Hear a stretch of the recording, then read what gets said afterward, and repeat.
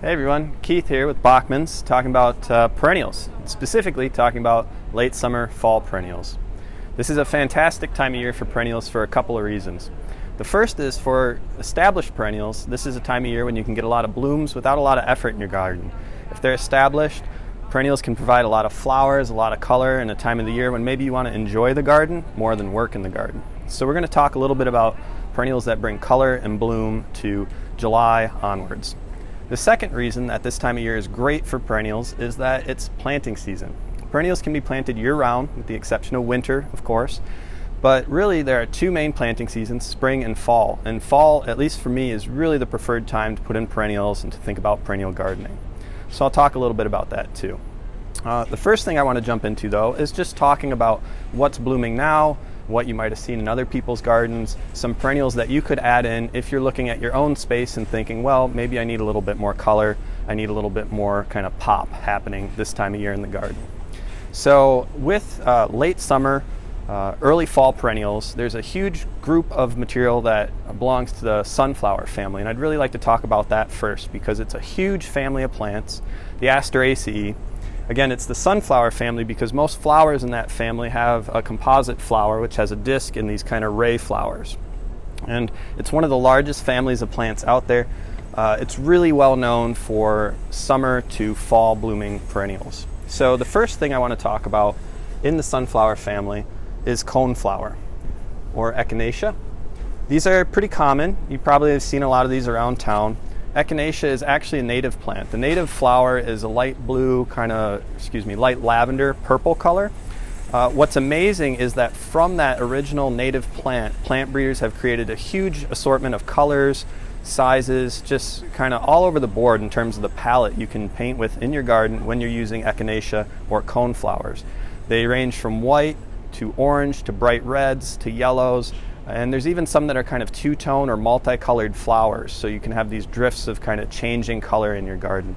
The other thing that's great is they're really easy, they like full sun, they don't need a lot of care, and because they have native plants in their pedigree, many pollinators like them. So they're a really great member of the sunflower family for blooms from July onwards in your perennial garden. Another member of the sunflower family, which is really critical for perennial gardens, are black-eyed Susans, or the genus Rudbeckia. So these also get covered with a profusion of that kind of typical sunflower looking bloom.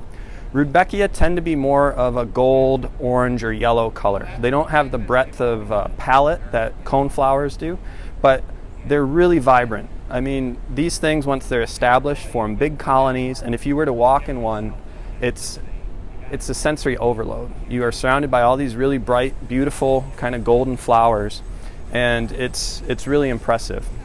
This plant I have in front of me is a cultivar called Goldstrom. It's a really popular one because it's tough as nails. It's super easy to grow, it'll get a ton of blooms, and it's a great thing to add to your garden. The one thing to note about Rudbeckia, because it is a very large genus of plants, there are annual Rudbeckias as well as perennial Rudbeckias. So if you want to add these to your garden, just make sure to speak with somebody at the garden center. Make sure you're getting a perennial Rudbeckia, not an annual one for your garden. So again, the sunflower family is a really great way to add a lot of pop to your garden, to add in some perennials that bring color all the way through to fall. They're very vibrant, very intense. Now, if your garden has a little bit of a different theme, maybe it's a softer look you're going for, a cooler tone, I want to talk to you about Russian sage. So Russian sage, or Perovskia, is another very classic perennial for the late summer fall garden. Now, these plants will form sometimes fairly large mounds, up to 3.5 feet tall by 3.5 feet wide. And they're really just kind of like a soft bush with all of this very light, dusty, kind of green, powdery blue foliage for the first part of the season. Once you get past July, these will become covered in these lavender, light blue flowers. So from a distance, this is a very soft look. These almost look like little clouds that have landed in your garden that are covered in these kind of soft, cool flowers. Bees love them, so again, excellent for pollinators. These will bloom from the end of July kind of all the way through September.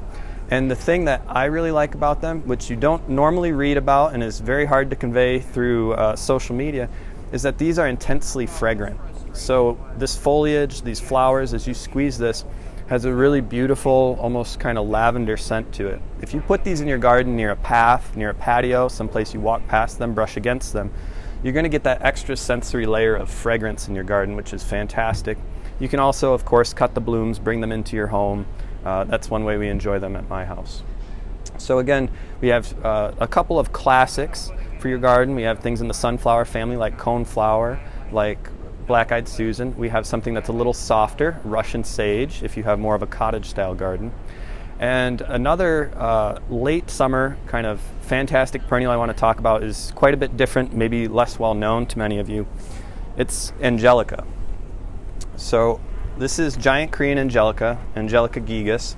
When you buy these, they're going to look just kind of like a mound of foliage. And that's because Angelica is really a biennial, not a perennial. And so biennials grow vegetatively their first season. They bloom their second season. It's a little bit more work to establish these because essentially you plant 2 years in succession and then they'll reseed. It's totally worth it though, because these will put up this nice kind of mound of foliage their first year. Maybe not super striking in the landscape. Their second year is where they really shine. And to show you that, I brought in some Angelica from my home. Now, this is a flower stalk from a single Angelica plant. When these bloom, they get these amazing deep purple flowers. These form these big umbels, which is very typical of like carrots and Queen Anne's lace. So it's really striking when you have these against a light backdrop. At my house, we have these planted against the north wall of my neighbor's home, which is a light stucco. So if you can envision that, it's a very light backdrop with these deep purple blooms on them. This is a plant that's not very common. People will notice it. It's kind of a statement piece. Since it started blooming in late July, I weekly have neighbors or just people walking by stop when I'm in the yard and ask me what it is because they've never seen it, and it's a really impressive plant. These will get to maybe 6 feet tall in a good site. So they're really big, really impressive, really bold kind of statement. And again, pollinators love these, just like many of the other plants we've been talking about. These will be covered in bumblebees, so you get this effect of these little yellow polka dots on your purple flowers. The bees are actually kind of part of the color scheme of these, if you can believe that. So Angelica gigas, not very common, really great biennial to put into your garden for late summer interest. Now, outside of those kind of main groups of plants for your perennial garden, there's a large number of other species that are great flowering specimens for late summer into early fall. A real classic one are woodland phlox. There's 2 types of phlox. So in early spring, we often hear of moss phlox or creeping phlox. There's woodland phlox, which are quite a bit taller. These will form colonies about chest high of these really warm kind of pink, fuchsia, white tones. Really great late summer flowering plant. We also have a number of other members of the sunflower family, which I'm not going to go into in depth in this event, but we have things like asters and chrysanthemums and sneezeweed or helenium, which are starting to bloom now and will carry through fall. We also have things that are a bit more structural. Sedum are a classic of the fall garden, not necessarily known for their blooms, but really strong structure. Autumn joy sedum is sort of a classic in gardens. It's been around forever. It's a lovely plant to add to borders. It blooms, attracts bees, and has this strong succulent foliage to appreciate through the fall. The other thing that I want to mention, even though we don't necessarily think of it as a blooming plant per se, are grasses. Grasses are fantastic to add into the late summer and fall garden because they'll look good through July all the way to the end of the season once winter hits. And again, even though we don't think of them as flowers typically, they do flower. They do get inflorescences that are actually really nice cut plant material or cut flowers to bring into your house in winter to dry. So definitely think about grasses. Of course, summer and beyond, they're a great thing to add to your garden. Now, I've covered a number of things that are blooming this part of the season, maybe stuff you've seen in other gardens or might consider adding to your garden if you're lacking for color. The other piece of this share out I want to talk to you about is planting season and why this time of year is so important for perennial planting. Now, planting of perennials can happen kind of throughout the season, anytime there's not snow on the ground. We think of spring as prime time, but I like fall better because in fall you have the benefit of some cooler weather. You have a little bit more moisture. We have rains coming through, which help the plants establish. And more importantly, in fall you have time to think about your garden. You have time to really plan forward. In the spring, I'm so busy planting veggies, my annuals. I really spend less time with my perennials because I'm in the heat of the moment thinking about, again, my veggie garden, things like that. So now is a really great time to reflect on what you liked about your garden, what you didn't like, maybe where you want to see color, where you didn't have color in the garden, and think about some other elements that you might want to add. So the three things that are really important for planning forward in perennials for your garden, I want to talk about blooming, which we've already covered to some extent. I want to talk about what perennials might be able to bring to your kitchen, and I want to talk about winter interest, or what structure they can kind of bring to your garden throughout the year, even when we have snow. So again, there's a number of really great blooming perennials that you can have late summer into early fall. I've covered some of those. And the reason I mention them is because you need to think of them not only as something you enjoy in the garden, but again, something that you can actually take cuttings from and harvest and bring into your home. So at my house, we have a lot of perennials in the back, and what we do is we tend to cut hydrangea and then also cut herbaceous perennials and bring those in to sort of fill out the hydrangea. We also cut grasses and things for winter. So you need to think about the harvest of blooms you can get from your perennial garden, as well as the blooms you can enjoy in the garden. The second piece about forward planning and thinking about your garden is what you might want to eat out of your garden. There's really a ton of fantastic small fruits, perennial vegetables, and perennial herbs that you can plant in the garden. One that we sell a lot of here and is a favorite of mine are raspberries. This is a yellow raspberry or golden raspberry called Anne. We also have some perennial herbs, things like lavender. And the reason I mention these is because when you plant small fruits or a perennial vegetable or even a perennial herb, they're going to spend the first year establishing, building roots, building shoots. They're not necessarily going to fruit or provide a lot of harvest for you. And so if you plant them in the spring, that's a good thing to do. They'll establish. You're not going to get a ton of berries that first season. However, if you think about berries now and you plant small fruits now, whether that's a raspberry, gooseberry, grape, anything like that, it's going to put down its roots in the fall.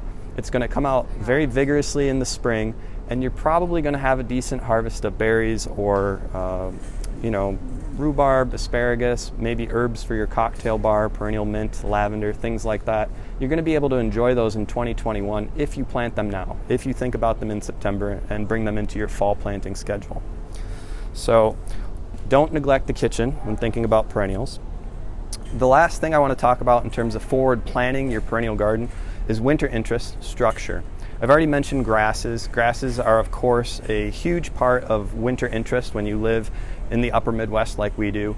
Grasses can provide cover for wildlife in the winter. They're a nice vertical element when many of the things in the landscape are sort of flattened and covered by snow. They can add the element of sound to your garden. The rustling of grass in the winter when it's very quiet and snow covered is a very nice element to any outdoor space. But much like small fruits, the first year you plant these things, they're really going to be establishing roots. They're not necessarily going to grow to their full height. You're not going to get that full vertical effect of a grass. And so, for example, a grass like this big blue stem will get quite tall. When you purchase it in the number 1 container, if you plant it in the fall, it's going to establish its roots, and what that means is next spring, 2021, this will come out of the ground full force, will get the full height, so the next winter you will have that nice vertical element that you wanted. You can plant in the spring, it will still put on growth, it will still have a little bit of that, but it won't have the full effect. So again, this is why I say it's really critical to think about perennials in the fall. Think about what you want your garden to be, what you envision in the future, and use this time to really put those things in. So in the spring, you can focus on your annuals, your veggies, other things like that, and you'll have all of these items kind of queued up, ready to go, so you can enjoy cut flowers, you can enjoy fruit, and you'll have something to look at in the winter and maybe shelter birds with in your garden. This is why fall is a really critical time for thinking about perennials and planting perennials. We have a number of great deals going on at Bachman's right now. A lot of our perennial stock is on sale. Currently, we're featuring perennial grasses 25% off, so it's a great time to come in and scoop up a bunch of those if you're thinking winter interest. And as always, you can come into store, talk with anybody at Bachman's about any of these perennials I mentioned here today. We have them in stock. You can come to our website, you can call, we do curbside pickup. Really, there's a variety of ways to shop here. And I hope that you'll take some of what I talked about here today, think about your perennial garden, come in, talk to us about plants you're interested in, tell us about your garden space, let us help you get some more perennial material into the ground. I think it's a great time of year to do it. This weekend I'll have my spade out, I'll be digging, I'll be putting in perennials, and I hope you are too. Thank you very much for tuning in.